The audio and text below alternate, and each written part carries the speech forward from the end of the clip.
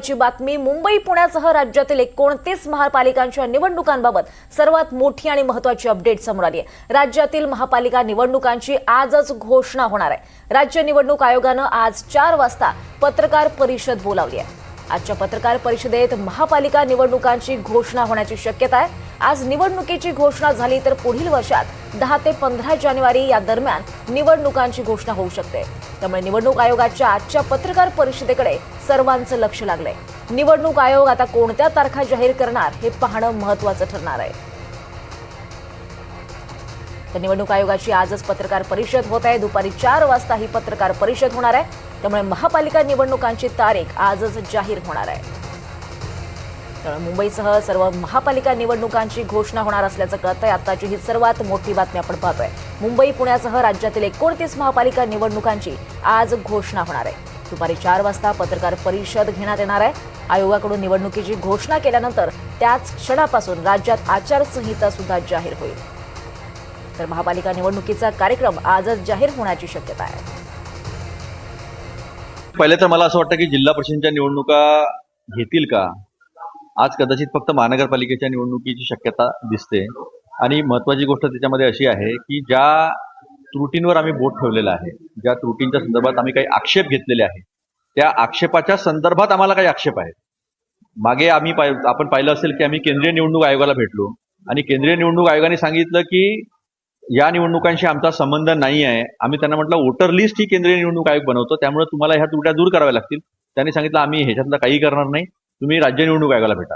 आम्ही राज्य निवडणूक आयोगाला भेटलो तर राज्य निवडणूक आयोगाने सांगितलं की आम्ही यादी बनवत नाही, मतदार यादी, त्यामुळे ते केंद्रीय निवडणूक आयोगच करू शकता, आम्ही करू शकत नाही। मग त्यांनी सांगितलं आम्ही 2 स्टार लावू, 1 स्टार लावू, त्यांनी अनेक गोष्टी आम्हाला सांगितल्या। आज निवडणुका जाहीर होत असताना फायनल मतदार यादी सुद्धा जाहीर होणार आहे। त्यामुळे त्याच्यामध्ये या त्रुटी ज्या होत्या, ज्या बोगस मतदार आहेत, ते मतदार काढले गेले पाहिजेत, कारण की बीजेपीनी बोगस मतदान करून घेतलेलं आहे। याचं पुराव्यानिशी आम्ही कंप्लेंट पण दाखल केलेली आहे।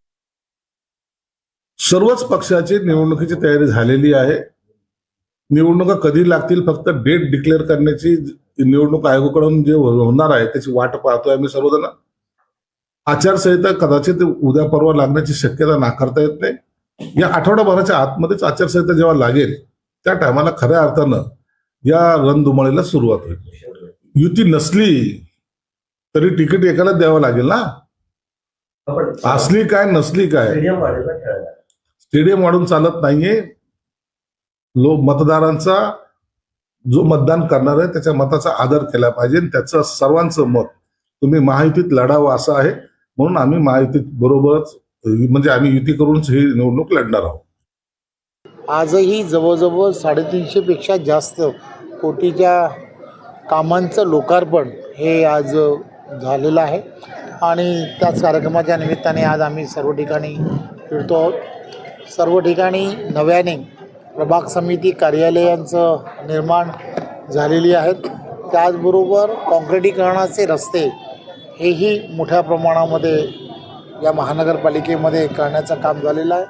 सिडकोने नव्याने हस्तांतरित केलेल्या काही भागांमध्ये मोठ्या प्रमाणात अडचणी होत्या, त्याही दूर करण्यामध्ये महानगरपालिकेला आणि प्रशासनाला यश आलेलं आहे। त्यामुळे आज या सगळ्या गोष्टी आता कार्यक्रम ज्यावेळेला सुरू होते त्यावेळेलाच निवडणूक आयोगाच्या ज्या आहेत त्याला प्रेस कॉन्फरन्स जी आहे ती प्रेस कॉन्फरन्स आहे असं लक्षात आलं आहे। त्यामुळे अत्यंत घाईघाईने हे सगळे कार्यक्रम करावेत असं थोडंसं आम्ही ठरवलं आहे। त्यामुळे आम्हाला थोडीशी लवकर रजा दिली तर बरं।